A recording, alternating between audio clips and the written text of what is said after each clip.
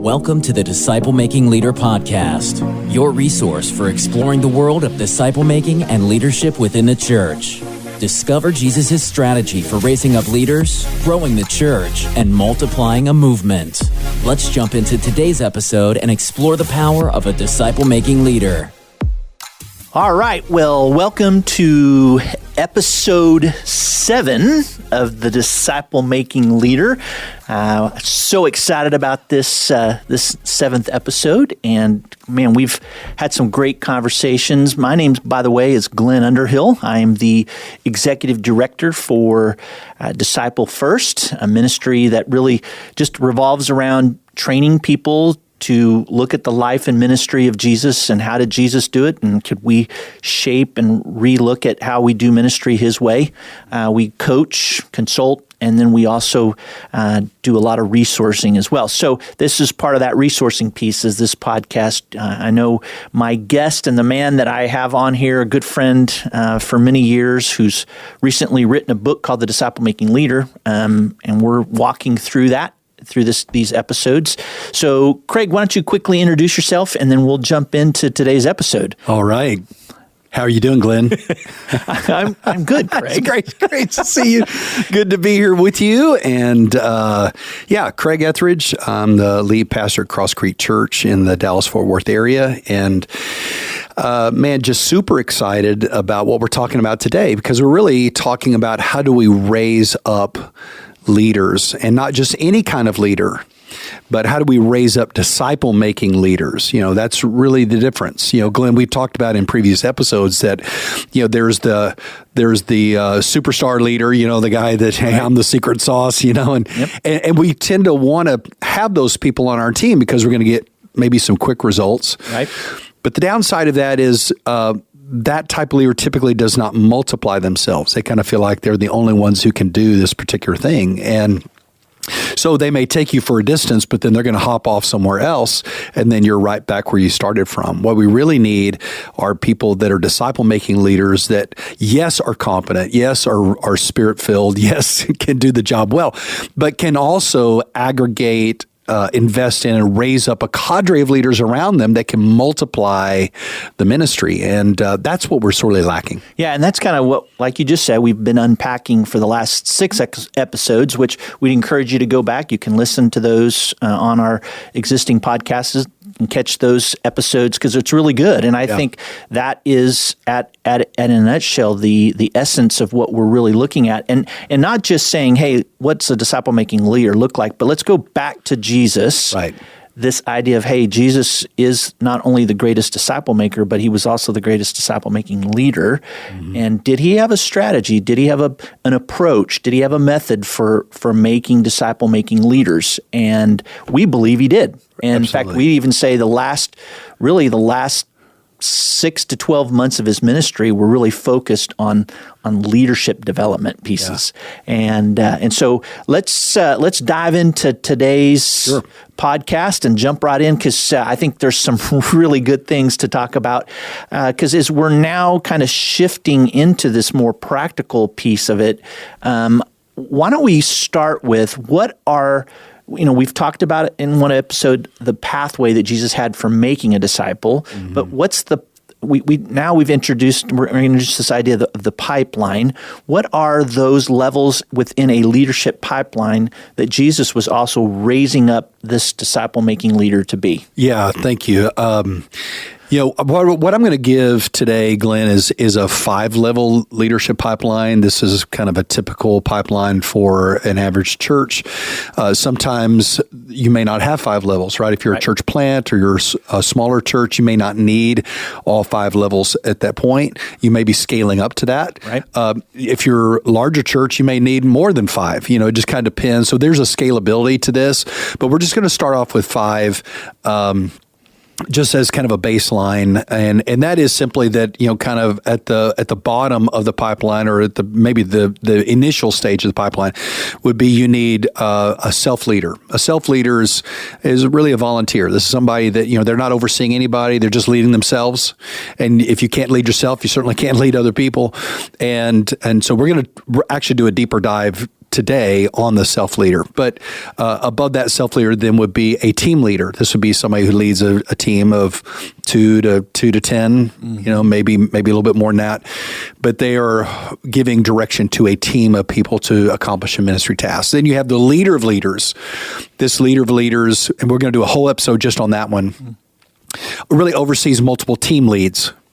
And then above the leader would be what we call a departmental leader. This is somebody who's going to oversee a whole department, like the student ministry, kids ministry, worship ministry, you name it, men's, women's ministry, however you parse that out. That's a departmental leader. They're giving oversight to all the leaders of leaders, all the team leads, and all the volunteers in that ministry department. And then above that would be the organizational leader. And these are either executive pastor, senior pastor, depending on your polity, and maybe board of elders. It can be different. But these are the people that are overseeing the whole organization. And they're trying to give direction to the whole organization moving forward.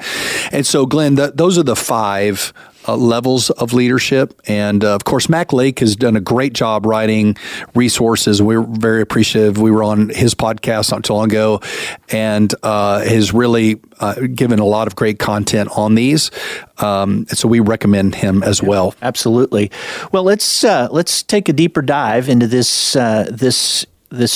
self-leader. The beginning point of this leadership pipeline. And I think maybe a good place to start is let's kind of give a good definition of what a self-leader is. I know you gave a little bit of a description, but I know that in the book you actually give a very specific definition of a self-leader. And then I think after that, let's kind of even start looking at what are some of the distinctives of a self-leader. Yeah, absolutely. Well, in the book, we give a whole chapter to this, and so we're obviously not being able to cover all the content, but we'll kind of do a flyby. A definition of a self-leader is this. Self-leaders are those who volunteer in your ministry. They are not asked to lead others. They are only asked to lead themselves and to accomplish a ministry task. And Glenn, these are just super important, right? I mean, we cannot do a Sunday morning without a lot of these people. Right. When we put them on the low end or the initial stage of a leadership pipeline, we're not in any way saying that these are subpar or people. That's not a scale of value. In fact, if that were the case, it'd probably be flipped the other way around, because we need many, many, many volunteers. And when you run out of volunteers, you just simply can't do ministry. We are every church is a volunteer organization. And so we're so thankful for those that choose to give their time, their talent, their treasure to the Lord and engage as a volunteer. And Glenn, you oversee, a whole lot of departments at our church, and you know how many volunteers it takes in running kids ministry and student ministry and adults, and then you get into guest services and communications, just on and on it goes. We need a whole lot of these folks, and so we have to know how to really value them, well, recruit them well, treat them well, and I'm sure you know what it's like when you have a crunch and you don't have these people. Right. Yeah, it can be devastating to a ministry. It can create feelings amongst others that there's not safety, or it's just really super important that you be able to have these self-leaders, because they are the boots on the ground, right? Yeah. They're doing work of ministry, and they are absolutely critical to the overall mission of the church. Yeah. And yet you have to have them, and they really make they can make or break. And so I think it's important to be able to really be able to not only define what they do, but I think it's important to even give some distinctives, as we just were saying. What are some of those distinctives that would really distinguish a self-leader? So when we think about what do self-leaders need, there are a couple of things that come to my mind. One is they need clarity and training on their specific task before they do the job. That before they do the job piece is really important, because I mean, how many times Glenn be like, oh my gosh, we need somebody that can fog a mirror just to get in here, right? And just we need urgent need in the nursery. We got to have urgent need over here, and so we're constantly plugging dikes, right? So we're recruiting people, and then we just kind of toss them in.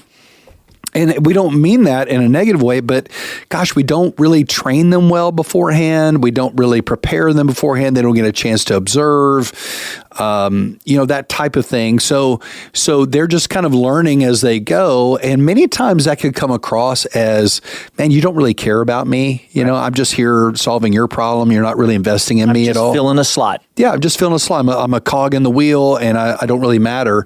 And we certainly don't want that to happen. So one of the things we have to do with our volunteers is have a plan of how to clarify what it is we want them to do by either modeling, by having it in writing, and then really be able to prepare them well before they do that task. Yeah. I was talking with somebody just the other day, and they were complaining about what they were doing, and they said, you know what, they didn't prepare me for this, they didn't really train me for this, they just kind of threw me into it, and I didn't know what I was doing, and boy, that could be said of a church, all day long. Yep. And so we need to, number one, clarify and train them before they do the work. Number two, they need vision to see how their task is contributing to the greater purpose of the church. Yep. Right? You're not just making coffee, you're creating a warm environment for a guest, right? You're not just babysitting kids, you're helping shape their spiritual experience even as a child, and creating a safe place for the parent to come. Yeah, and I was going to say that's so key, because if someone doesn't understand the essence of why they're doing what they're doing, they can lose sight of the big picture of the mission, and that they're needed to fulfill that piece, because they are helping to move the mission forward, and that each person is playing an individual task and role that's super uber important to us achieving what Jesus has called us to do, is to make and multiply disciples. And so the cool part is they're getting to play a part in that and to see that happen. And that's one of the things, like, I think about kids ministry, sometimes it can be seen as, well, hey, we're just doing childcare, but not only, which is just not the case. I mean, they're getting a chance to shape the next generation, but they're also participating in helping those children's families be able to be a part of another piece of community, or of another serving opportunity that's engaging and helping others to move forward in their faith journey as well. So it really matters, and when you can see how you play a small part in the larger picture, man, it really helps to motivate them and to help them stay focused on why it is what they do. Yeah. So that's critical. So clarifying, what their job is beforehand, really casting vision. Another thing they need, and this is often overlooked, Glenn, is they need spiritual encouragement. Many times we're like, hey, we need this task done. We need this slot filled. And then once it's filled, we kind of move on, and we don't see these volunteers are people that we need to be nurturing spiritually. We need to be discipling them. We need to be investing in. This is what that team leader, then this person's underneath their care. And not only to pastor them well, but to disciple them and invest in them spiritually. Yeah. Yeah. And again, I don't want to belabor this, but it does have a very crucial element, because from time to time, a self-leader will get discouraged. Something goes wrong, or something happens the way it wasn't supposed to, or whatever that might be. They do need that flame stoked a little bit from time to time to remind them, hey, what you're doing, going back to that vision, going back to the clarity and the training, all help to remind them and encourage them that what they're doing really matters. Yeah, absolutely. And some people at this level of the organization, just volunteering, they may not even be believers yet. I mean, you can have people holding the doors and people working in the parking lot and people doing all kinds of things around your church that are still maybe even in the explore stage of their spiritual journey. And so it's just really important to be thinking, where's this person at spiritually? How can I help them take a next step? This is often the low-hanging fruit of who should I disciple. This is the first place I go. Okay, who's already with us and serving in some capacity that hasn't been discipled yet? Man, this is an easy place to begin. Yeah, it becomes a good fishing pool because you're being able to watch and observe them and see their consistency and faithfulness and availability and their teachability and responsiveness as they're starting to serve in these areas of self-leader roles and tasks. And that's going to look different from church to church and how that plays out and what that looks like. What we consider these self-leaders might look a little bit different somewhere else. But that's for churches to, again, to bring some clarity to and to understand. But I think that it just helps to continue to be vitally important for that process. Yeah, and then just the last one I would add is that they need pastoral care, right? They need somebody that's going to say, hey, you're on our team, you're part of our family, we're serving together, we're doing life together, we care about you, and not just feel like, hey, I'm coming in and I'm doing my task and nobody really cares about me or how my week is or ministering to me. That breaks my heart. I know that happens. I know that people come in and they're really volunteering to serve the Lord, but nobody's really asking them how their day was and man, this is just a great opportunity for us to love our people well in this particular environment. Imagine what it would look like to be part of a movement. Imagine raising up church leaders. Imagine launching disciple-making churches all over the world.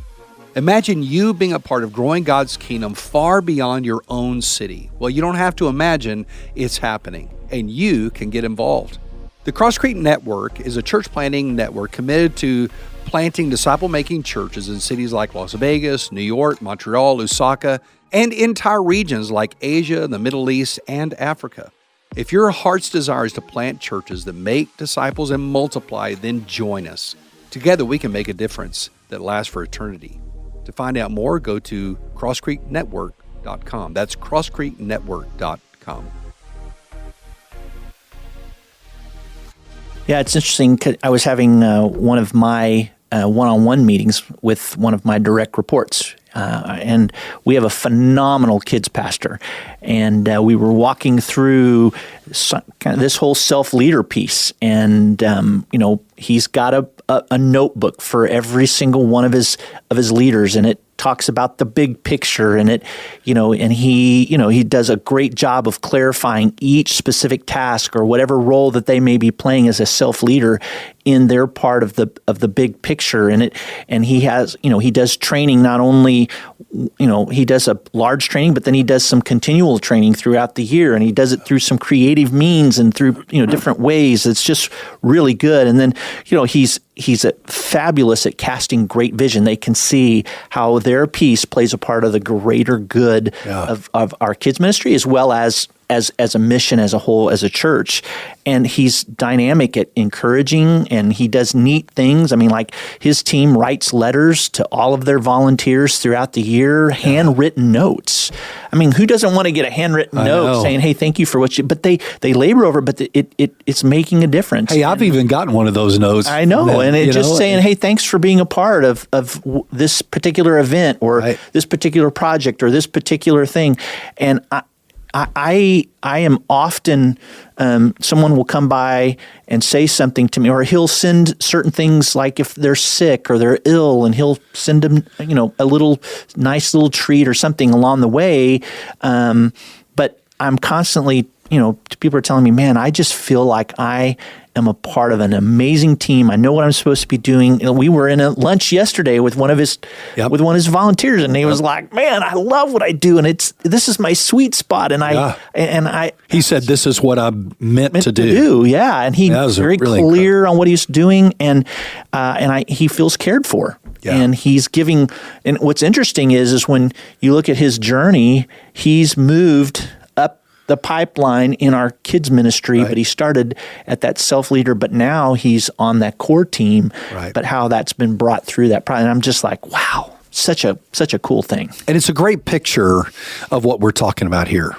And I would just say to any pastor leader that's listening to us that, man, this is really, really important. I mean, this is kind of where you start is, okay, how well am I clarifying? How well am I investing in, shepherding well? How well am I casting vision to my volunteers? Because we have lots and lots of volunteers in every department, and they need a lot of attention. And we can't just throw them into the job and then move on to the next thing. We just really can't do that.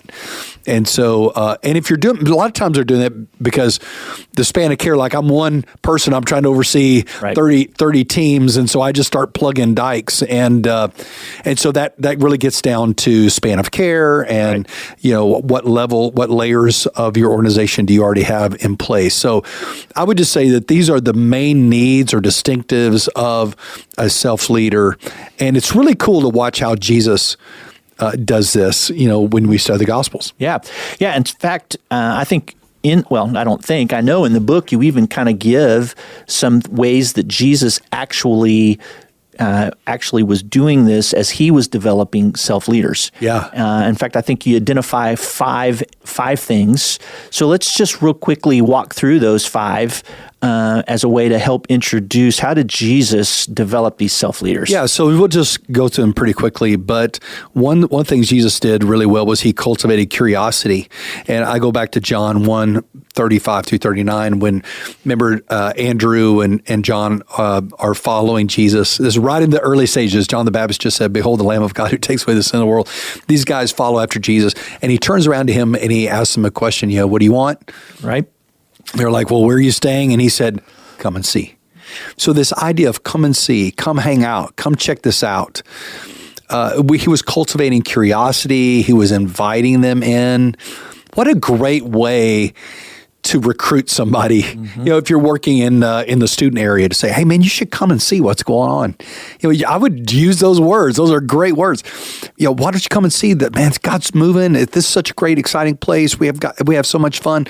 Why don't you come and check it out and come watch for a little bit? Mm-hmm. Jesus was a master at inviting people in, and just making it easy for them to come and check it out. Yeah, and that's one of the things that I just so much love about Jesus, because he saw the potential in every person as one created in the image of God, but this idea of how do you help them begin to really move to that next level, as you start with that cultivating that curiosity, that come and see, come and watch and be a part, and I think you're going to catch a lot of excitement over what you see and want to be a part of it.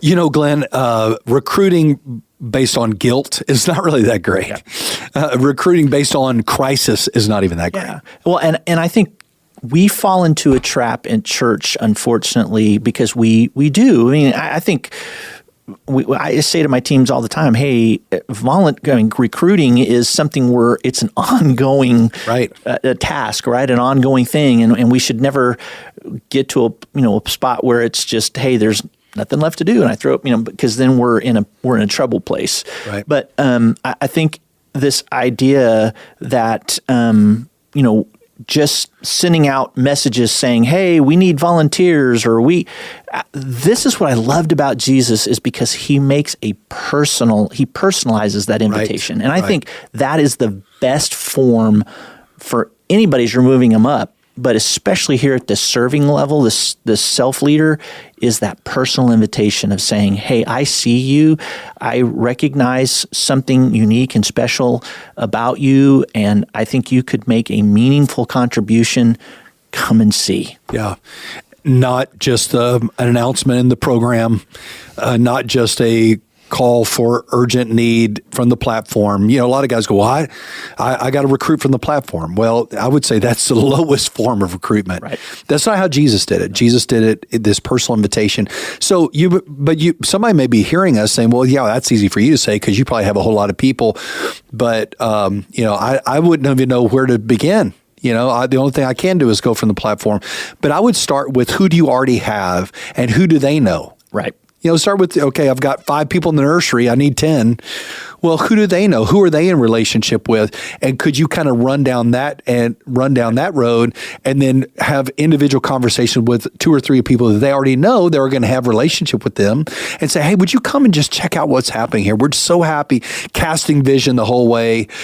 You're going to get much further down the line than just having an urgent plea from the platform. And it's fun to serve in ministry with others that you're in relationship with too, right? Absolutely. So I think that is a great action thought for some of those out there that are saying, where do I begin? Just start with your existing volunteers and ask them, hey, give me the list of 3 to 5 people you might know that I could make contact with and put a phone call into. Or one of the things we talk a lot about on our team is, hey, who are the 2 or 3 every week, 2 or 3 people I need to have a strategic conversation with, as it might relate to something like this, because we're thinking about it intentionally. We're thinking about it differently because it's about the mission. Yeah, come and see. It's such a great line of Jesus that you can use. Another thing Jesus did was he spent time with them. I love John 3:22, and it just says that Jesus, speaking of his disciples, it literally says he spent time with them. And again, this is a way that Jesus invests in his leaders. We really don't have the option these days of just getting a plea from the platform, then we stick them in a room, and then we don't spend time with them. And I know what people are thinking, Glenn, right now. I don't have time to spend time with these people. But you really don't have the luxury of not spending time with them if you want to cultivate a healthy team environment and if you want to cultivate a cohesiveness on your ministry team. And so I would say that, obviously this is why you want a team leader overseeing a handful of volunteers that can spend time with them. And spending time for Jesus may look different than it does for us, but it could mean strategic lunches. It could mean strategic breakfast times. It could mean going to their kids' ball game and you're hanging out with them in the stands. But just being intentional about spending time with these volunteers is really super important. Yeah, absolutely. Huge. And that's so good. What about the third one? Yeah, the third one is Jesus sparked spiritual conversations. In John 3, you have Jesus in this conversation with Nicodemus. And so Jesus is sparking these spiritual conversations. And I think that early on, you need to be sparking spiritual conversations with your volunteers because honestly, we really don't know many times where they're at spiritually. Just because they've been in the church for 50 years doesn't mean they're walking with Jesus. Right. Doesn't even mean that they know Jesus. Right. And a lot of times we assume, I just think we assume way too much. We get people into leadership roles and we don't really even know where they're at spiritually. And so a part of that cultivating curiosity and spending time is talking to them about their spiritual growth and really beginning to invest in their spiritual growth. And I'll go ahead and just say, in addition to that, number 4 is that Jesus really stretched them beyond their comfort zone. As you're investing in them spiritually, how can you kind of stretch them to try new things? Because that's how you kind of see if this person is kind of tapped out in their ability. I mean, that's just kind of all that they can do, or if they're really to take a step up and maybe start moving up that pipeline. Yeah. And I think that as especially someone new coming into that self leader, they've not maybe ever served before, or maybe they've served in an area that's that maybe now is requiring a little bit more commitment on their end. There is a sense of, hey, I'm being asked to do something outside of what's my norm, the comfort spot. But I think there's something really great about that because it's in that area that they have to wrestle with and really start to depend on the Holy Spirit to work in them and through them. And they begin to see that, ministry happens best when I'm operating under the work and the control of the Spirit of God in me and through me.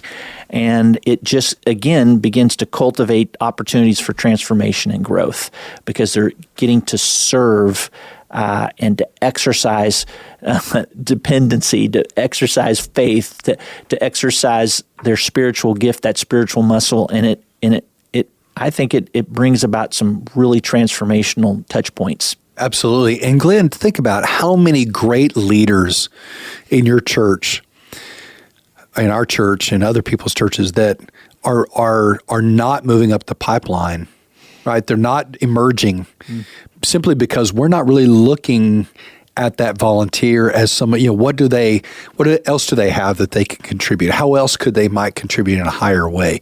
We're so busy plugging the dike, not spending time with them, overstretched, overstressed, that we're missing out on all this latent potential that is there at the first step at this self-leader category. And so it might be a good little exercise is to stop. And every leader, just take a look at the volunteers that you have and start thinking, if I had to pick one or two of these that I really think could have the potential to move to a team lead or maybe even a divisional lead at some point, which one would they be? Yep. And what would it take to spend a little more time with them, to spark spiritual conversations with them, to start stretching them, asking them to lead out in some more areas, and just see what happens? I think if we would just stop and think about it for a minute, ask the Spirit of God to reveal who He's at work in, we could be overlooking some really great leadership that's already there. Yeah, and I think this is where Jesus was so good. We talk about heads down time and heads up time on my team, and the importance as departmental leaders to be spending a lot of time on heads up and thinking about these kinds of things you're talking about and helping their team leads think of heads up time and really diving into some of these things, because I think it's super, super strategic. And I think I think everybody at some point along the line wants to be challenged. I was recently reading a book where it talked about, as people are moving through the life of your church and deciding if they're going to stick, right? They want to know that they're liked, that they're valuable, that they are growing, that they're accepted, and that they're being challenged. And I think about that, and I'm like, man, Jesus was so good at taking that next step and asking them to be challenged to do that. Absolutely. And I would just add one more on this great conversation. By the way, we could go on and on talking about empowering our volunteers. But one other thing that Jesus did that was really great is that He was able to quickly diffuse negativity. Right off the bat, every volunteer is going to be faced with some negative experience, right? Some mama that's upset because of how their baby was, handled or not handled or whatever, or somebody barked at them and they're a greeter or in the parking lot or whatever the case may be. That's just part of it. You're dealing with all kinds of people in different places, but being able to quickly address those things and kind of diffuse that negativity is really, really important. You see this in John 4, but you also see this in other places throughout the Gospels where Jesus is dealing with Pharisees, right? And these emerging leaders are watching all this go down. And so I think that it's important to be aware of how are my volunteers, what kind of negativity are they experiencing? Let's talk about it. Let's maybe equip them with skills on what to do when they have this situation. Who do they need to direct that person to? Maybe they don't need to be handling all of that. They can just direct them to the team lead or to somebody else. And so I think thinking about that in advance, preparing them in advance will help them want to keep doing the job and not go, man, I'm not going to be treated like this anymore. I quit. You don't want that. No. So you got to show them how to handle negativity when it comes. Well, man, that's so good. And I hope that this podcast has been incredibly meaningful to you as you're thinking about this idea of raising up the right kinds of leaders, disciple-making leaders. And it starts on that level of really starting with that self-leader and really being able to think about those distinctives as well as how did Jesus go about developing these kinds of leaders. So again, thank you for listening to this 7th episode, and you can again be listening to all of these. You can go back and listen to the ones prior to this, and super excited about our next one as we're going to be talking about the team leader, and so you'll want to come back on and hear that podcast as well. But thank you to Craig for being here with me again. It's always a pleasure to get to hang out with you and spend some time talking about our favorite thing about disciple making leaders. Amen, brother. Thank you very much. It's great. And my prayer for every person listening to this, that you will just experience the leadership of the Spirit of God in raising up great self-leaders that will expand and grow your ministry. Yeah. Thank you so much. Thank you for listening to the Disciple Making Leader podcast, brought to you by Disciple First. We hope today's episode has been both helpful and challenging in your journey to becoming a disciple-making leader. Don't forget to hit the subscribe button to make sure you hear the next episode. And if you have a moment, we'd love to hear your thoughts. Leave a review and share this podcast with your friends. Until next time, keep making Jesus the model for your life and ministry.